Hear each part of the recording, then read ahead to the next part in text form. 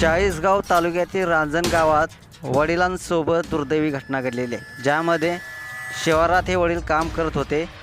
शेतामध्ये लिंबाच्या बागेची राखण करण्यासाठी 4 ते 5 महिन्यापासून ती मध्य प्रदेशातील पत्नी व 3 मुलांसह वास्तव्यास होते। दरम्यान गुरुवारी दुपारी 4:30च्या सुमारास वडील हे लिंबाच्या बागेत काम करीत होते आणि त्याच वेळेला आपली बाजूला ही 4 वर्षाची चिमुकली खेळत होती। त्याचवेळी दाबा धरून बसलेल्या या बिबट्याने या बालिकेवर झडप घातली आणि तिला ओढत नेलं। सदरचा प्रकार लक्षात येताच वडिलांनी आरडाओरडा सुरू केला।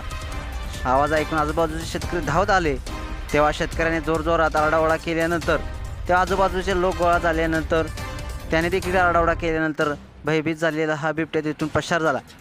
या बिबट्याच्या हल्ल्यामध्ये ही 4 वर्षाची मुलगी चिमुकली गंभीररित्या जखमी झाली होती। तिला आज चाळीसगाव ग्रामीण रुग्णालयात दाखल देखील करण्यात आलं होतं, मात्र वैद्यकीय अधिकाऱ्यांनी तिला तपासून मृत घोषित केलं। दरम्यान या भागात अनेकदा बिबट्याचं दर्शन झालेलं आहे। कन्नड घाट गावापासून जवळच असल्यामुळे बिबट्यांचा नेहमीच वावर असतोय। या बिबट्यांचा बंदोबस्त करण्यासंदर्भात रांजणगाव ग्रामपंचायतीकडून वन परिषद अधिकाऱ्यांना पत्र देखील दिलं आहे। अशाच बातम्यांसाठी आताच तुम्ही SS मराठी न्यूज चॅनेलला सबस्क्राईब करा आणि अपडेट राहा।